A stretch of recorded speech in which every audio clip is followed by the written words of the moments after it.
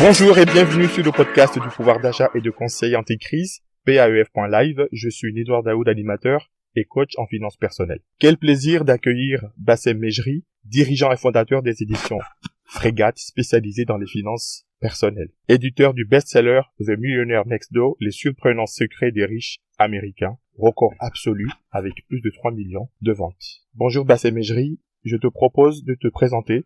Bonjour à toi. Merci de me recevoir dans ton émission. C'est un grand plaisir et un grand honneur.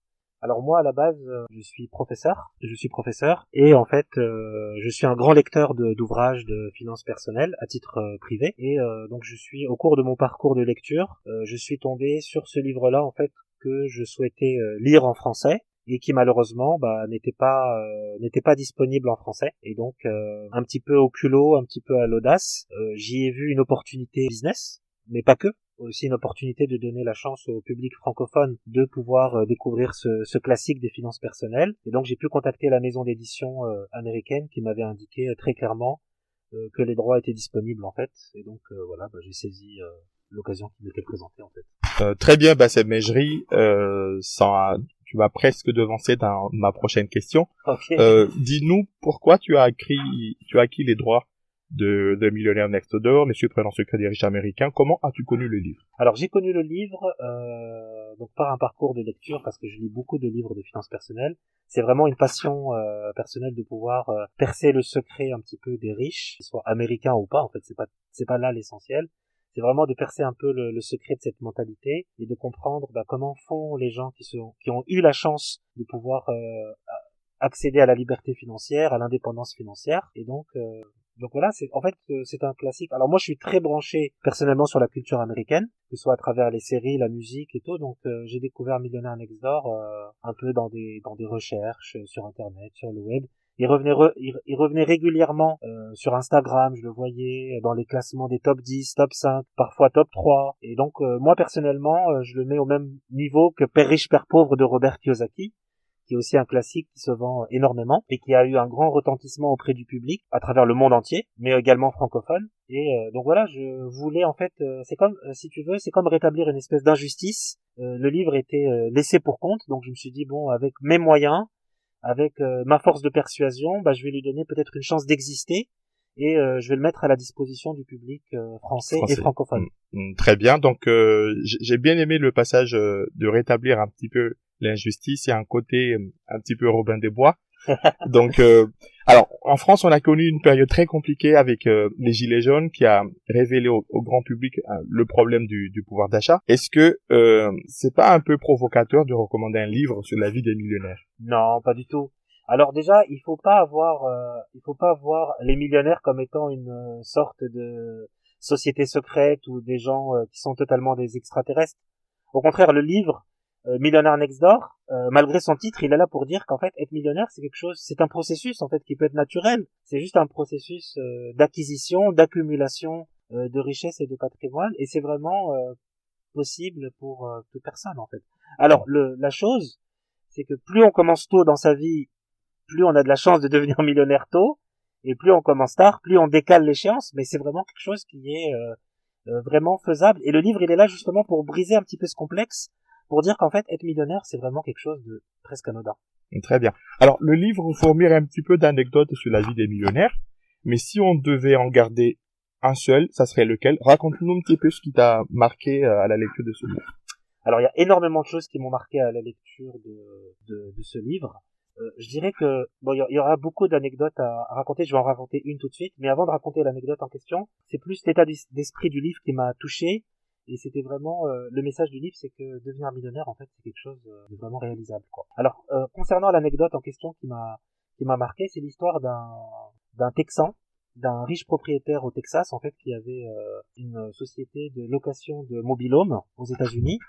Et en fait, il y a des investisseurs européens qui se sont présentés dans son entreprise. Et en fait, quand ils sont arrivés dans son entreprise, comme on était au Texas, c'est un peu local, c'est un peu couleur locale. Donc tout le monde était avec des jeans, des Santiago et le chapeau, comme on peut voir dans les différentes séries.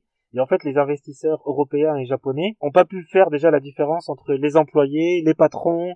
Donc ils étaient tout ça pour dire en fait, à l'image du livre, que le millionnaire, il est diffus dans la masse. On peut pas faire la différence en fait. Il y a pas de signe ostentatoire qui peut dire que toi t'es millionnaire, toi t'es pauvre.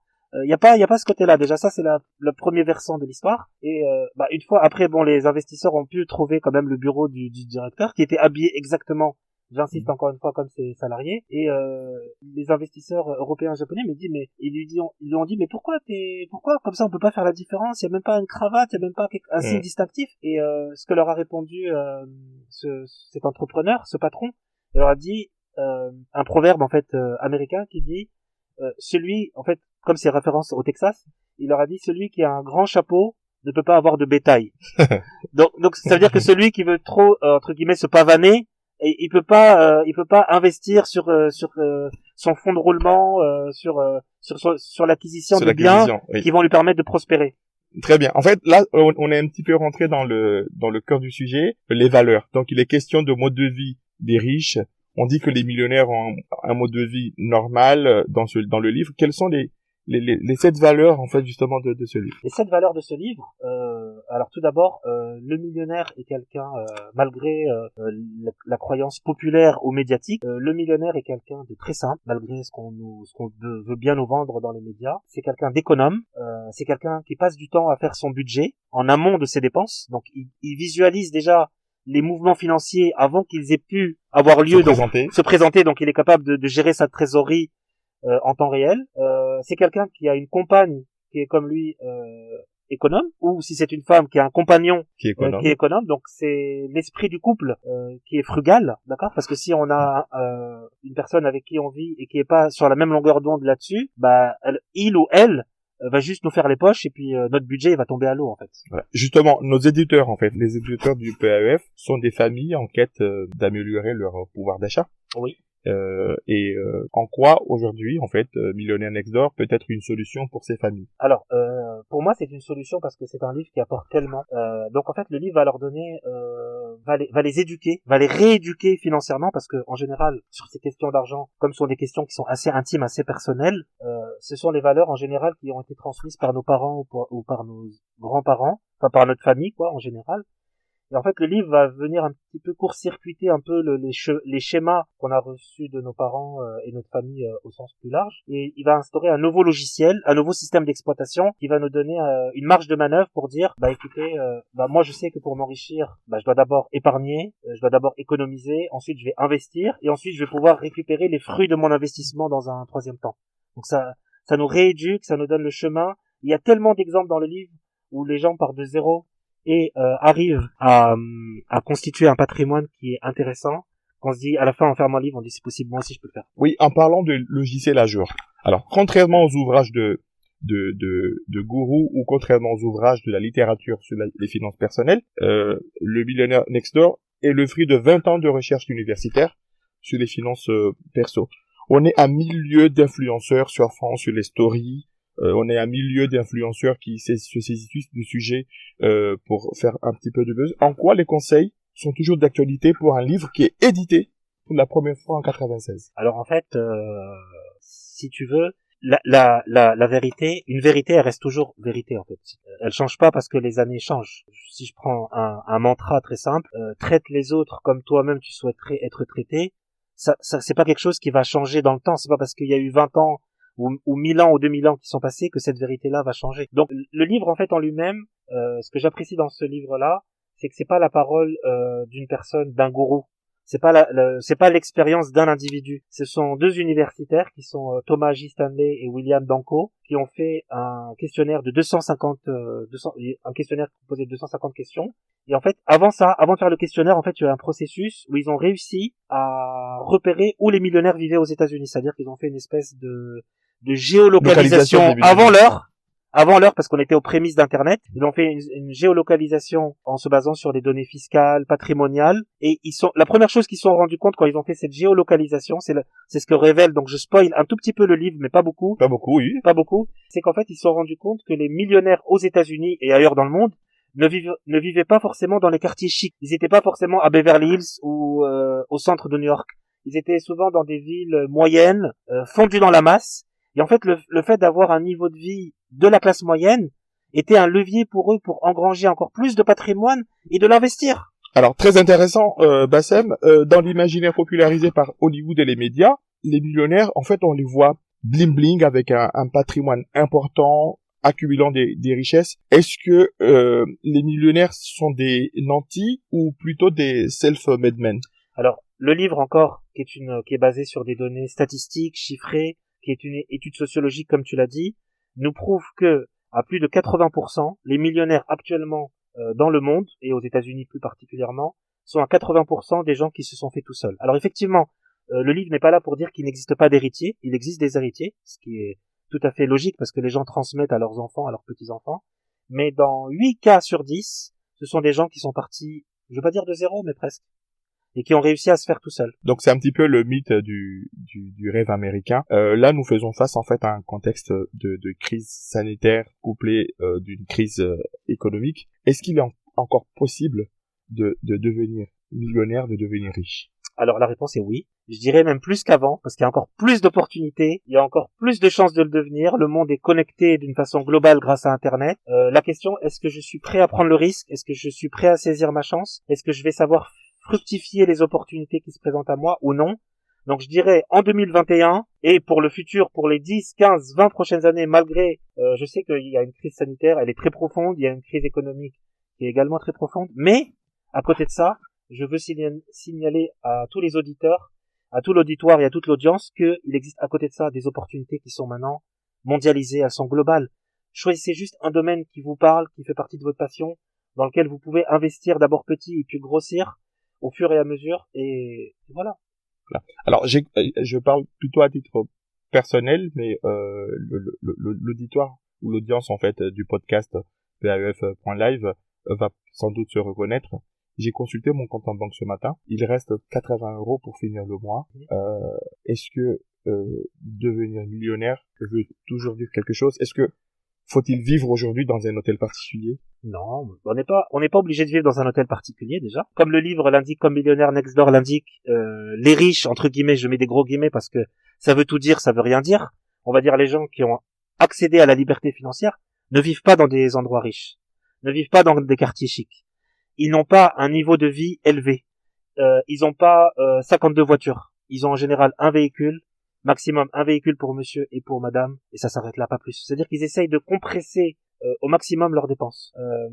Ensuite, c'était quoi la première partie de la question? Est-ce que on peut encore est-ce que devenir riche aujourd'hui veut toujours dire quelque chose? Oui, alors oui, absolument, ça veut dire quelque chose encore aujourd'hui. Alors le sens que moi je lui donne personnellement, c'est accéder à la liberté financière, c'est-à-dire être en capacité de pouvoir s'arrêter de travailler, de laisser les actifs travailler pour nous, à savoir de l'immobilier, si on est branché immobilier, des appartements, des rendements locatifs, à travers des parkings, des maisons, des appartements, à travers la bourse, à travers des actifs comme les obligations. Donc tous ces outils-là peuvent travailler pour nous, doivent travailler pour nous. On doit faire travailler l'argent, on doit pas travailler pour l'argent, on doit le faire travailler pour nous.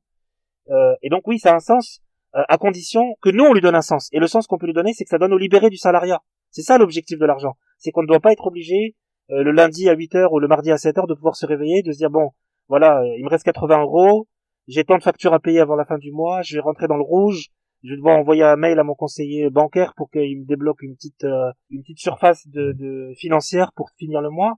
Donc c'est ça le sens que moi je lui donne. Alors oui, millionnaire, bien sûr, c'est un titre un peu glamour, c'est joli, c'est beau de dire voilà, millionnaire, pas millionnaire, mais en fait leur vrai objectif, c'est la liberté financière, c'est l'indépendance. Oui. Et alors très bien. Le podcast PAEF aborde et recommande un mode de vie frugal. Le livre en parle et recommande aussi ce style de vie. Est-ce que finalement la finalité ne serait pas de devenir indépendant, devenir libre et aussi devenir frugal? Est-ce que c'est pas un peu ça? Alors en fait, ta question elle est très intéressante, mais en fait c'est l'inverse. Il faut d'abord être frugal pour devenir indépendant.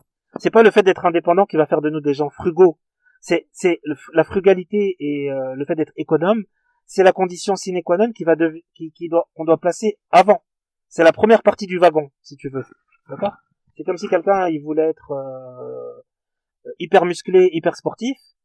Bah, il doit d'abord avoir une hygiène de vie, des conditions de vie qui vont faire en sorte que la conséquence, c'est qu'il va avoir un corps qui va être hyper musclé, hyper fort.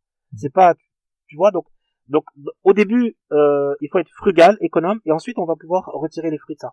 Ah ben, c'est très intéressant. Alors, parlons un petit peu de choses concrètes comme à quel moment, à quel âge, est-ce qu'il y a un profil déterminé pour devenir millionnaire? Non, il n'y a pas d'âge. Il n'y a pas d'âge. Je dirais tout est une question. Alors, il n'y a pas d'âge, il n'y a pas de sexe, il n'y a pas de genre, il n'y a pas d'origine. Tout le monde peut devenir millionnaire, à condition d'être motivé, d'être déterminé et d'avoir la bonne méthodologie, de s'y prendre correctement. Et c'est ce que va nous donner le livre. Il va nous donner une espèce de structure, des étapes à respecter pour pouvoir rentrer dans ce processus. Très bien. Bassem Mejri, comment The Millionaire Next Door a changé ta vie? En quoi cela peut inspirer les auditeurs de ce podcast? Il a changé ma vie parce que il a fait de moi un éditeur. Donc j'ai pu créer ma maison d'édition suite à ça en me basant sur ce classique des finances personnelles. D'ailleurs, il y a d'autres projets qui arrivent, d'autres livres qui vont suivre la même trame. Et j'espère qu'on aura l'occasion d'en parler à travers le podcast. Oui, je reviendrai avec grand plaisir. On fera une autre émission sur le prochain ouvrage. Donc il a changé ma vie parce que c'est un peu comme toi. On essaye de partager ce qu'on sait avec les autres. C'est-à-dire que la connaissance, le fait de pouvoir partager ça avec l'audience, avec les gens, nous, ça nous comble de bonheur parce que on a rempli notre mission quelque part. On a transmis le flambeau à d'autres personnes et on leur dit en fait c'est possible. Vous pouvez le faire. Vous pouvez vous éduquer financièrement. Par exemple, là, quand je regarde les livres, si tu veux, au Canada, aux États-Unis, je dirais ils ont 20 ans, 30 ans d'avance sur la France. On est vraiment en retard sur ces questions-là. Et notre retard, notre non-connaissance des choses, fait de nous des gens qui sont pas libres, en fait. Pas libres, pas seulement financièrement, mais pas libres dans nos têtes, parce qu'on est entravés dans notre avancée. Tout à fait. Alors, avant de devenir éditeur, parce que c'est à la fois une passion et un métier, j'en profite pour te demander quel est ton moment préféré, en fait, du livre. Le passage que je préfère du livre. Tout à fait. Le passage que je préfère du livre, je dirais, ce sont les différents exemples, ce sont les différents cas d'études qu'il y a dans le livre, où on voit des gens, on voit en fait l'opposition, parce qu'en fait le livre est un petit peu schématique. Il nous présente, en fait, si tu veux, le livre, il présente deux catégories de personnes. Ce qu'on appelle les PAR, PAR, c'est un acronyme, les gens qui sont les prodigieux accumulateurs de revenus, et les SAR, c'est-à-dire les sous-accumulateurs de revenus, c'est-à-dire que dès qu'ils reçoivent leur salaire, ça y est, tout est parti dans des dépenses. Bon, on s'est fait plaisir, quoi, on a consommé. Et donc, c'était toujours intéressant dans le livre de voir cette différence de mentalité entre la personne qui va dire, non, là, je vais pas dépenser, je vais investir, ou je vais ouvrir un livret A et je vais mettre ça sur un plan d'épargne action pour investir sur des actions dans lesquelles je crois. Donc, cette différence de mentalité, le fait de d'éloigner de la consommation pure et dure comme on la connaît avec les pubs, le marketing, la télé, internet et tout, c'est ce qui m'a le plus touché dans le livre en fait. Ok, nous sommes sur le podcast du pouvoir d'achat et de conseil anti-crise. Est-ce que tu peux nous affirmer que le livre va nous fournir un bon ou un beau conseil anti-crise et de pouvoir d'achat?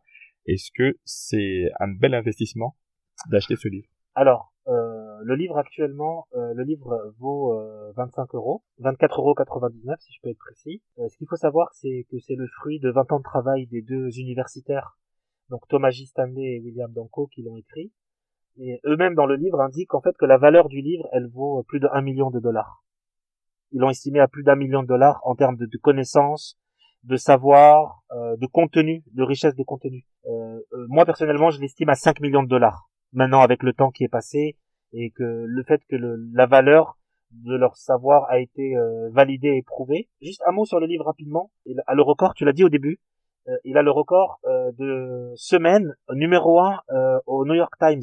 C'est-à-dire que le New York Times fait une liste de best-sellers, et Millionaire Next Door est resté 172 semaines en numéro 1, classé numéro 1 dans leur classement, en fait, dans la liste. Donc le livre, je dirais que son investissement, il est ridicule, quoi. Par rapport à ce qu'il va nous apporter, nous, dans notre vie. Donc il y a un retour sur l'investissement qui est fois 1000, fois 100 000. Très bien. Est-ce que, à titre personnel, parce que tu as acquis les droits, tu es éditeur, en fait, de ce livre, et bien d'autres qui vont venir, est-ce que, personnellement, tu ambitionnes de devenir millionnaire? C'est normal. On peut pas être passionné de finances personnelles. Mais en fait, si tu veux, millionnaire, c'est juste une barrière symbolique. C'est un espèce de statut qui veut rien dire, en fait. moi j'ambitionne de devenir libre financièrement, de devenir indépendant, de pouvoir me dire bah là si je veux j'arrête de travailler. Il y a une chose qui m'a frappé à la lecture du livre, c'est que il n'y a pas de quartier siglé millionnaire, il n'y a pas un profil sociologique, un profil en fait physique, et peut-être que parmi nous, avec les gens qu'on côtoie au quotidien, nous avons des millionnaires mais on les connaît pas. Bah oui, c'est sûr. Bah d'ailleurs le titre du livre, si on pouvait le traduire littéralement, moi j'ai préféré garder le titre anglais parce que je trouvais plus punchy, plus sexy. Ce serait le millionnaire d'à côté ou bien le millionnaire de la porte d'à côté. Donc c'est vraiment encore un message subliminal dans le titre pour nous dire que les millionnaires en fait sont tout autour de nous et que c'est probablement les futurs lecteurs et les auditeurs qui peuvent le devenir aussi. C'est vraiment pour dire que c'est à la portée de tous. Il y a aussi le sous-titre en fait, les surprenants secrets des riches américains. Le côté surprenant. Alors le côté surprenant, c'est que ça va à l'encontre de nos croyances. Parce que nous on croit que le millionnaire, bah il a une Rolex, il a un jet privé, il a une Rolls-Royce, il a une Lamborghini. Donc ce sont des choses il a des domestiques, il a des valets, il a des majordomes, donc il a des propriétés à plusieurs dizaines d'hectares. Et en fait non, c'est tout l'inverse. C'est quelqu'un comme vous, comme toi ou moi, vous et moi, c'est juste quelqu'un qui s'assoit dans son bureau, qui prend 2 heures de son temps la semaine et qui fait son budget et qui gère ses finances et qui voit sa richesse augmenter. Alors dans le temps. Alors il faut être patient. Le livre ne vend pas une solution miracle en un clin d'œil ou en un claquement de doigts. Ça, c'est vrai. Et ça demande de la patience. Ça demande de l'organisation. Ça demande de la discipline. Ça demande de l'autodiscipline. Il faut résister aux envies qu'on pourrait avoir de se payer beaucoup de choses. Ce qui épouse totalement la philosophie du podcast PAEF.live, parce que ça fait plus d'1 an que j'aborde, là je suis quasiment à 80 épisodes où j'aborde la question du pouvoir d'achat, de la frugalité, de changer de style de vie sur le long terme. Alors, j'ai vraiment envie de recommander les livres en fait aux éditeurs qui ne l'ont pas encore lu ou qui n'ont pas eu l'occasion de le lire et qui nous écoutent en ce moment. Comment on peut se procurer le livre, sur quelle plateforme? Alors c'est très simple, on peut l'avoir sur Amazon, on peut le commander directement à la Fnac en se présentant auprès du vendeur, on peut le commander chez De Citre, Les Furets du Nord, pareil, en se présentant au vendeur.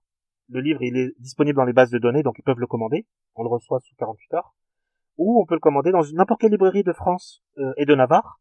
Juste vous demandez le livre Millionnaire Next Door en français chez Frégate Édition et vous le recevez sous 48 heures. Très bien. On peut aussi en profiter pour l'offrir aux proches. Donc si on pense que pour soi on n'en a pas besoin, mais c'est un livre que je recommande vivement.